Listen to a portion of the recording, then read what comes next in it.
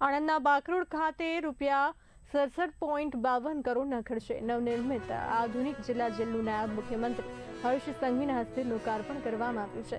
આ જેલમાં પુરુષ કેદીઓ માટે 330 અને મહિલા કેદીઓ માટે 40 મળી કુલ 370 કેદીઓની ક્ષમતા ઊભી કરવામાં આવી છે।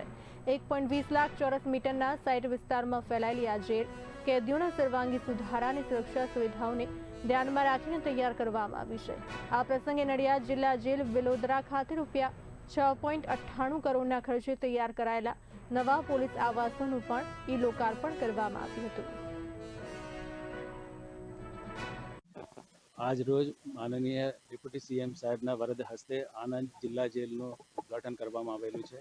આણંદ જિલ્લા જેલ લગભગ 67 કરોડ રૂપિયાથી એ બનાવવામાં આવેલું છે ગુજરાત પોલીસ હાઉસિંગ કોર્પોરેશન તરફથી, અને આની ક્ષમતા 370 જેટલા છે, અને જેમાં મહિલાઓ માટે 40 જેટલા મહિલા કૈદીઓ રહી શકે એટલી વ્યવસ્થા છે। એ અત્યાધુનિક જેલ બની છે અને એમાં સંપૂર્ણ સુવિધાઓ છે।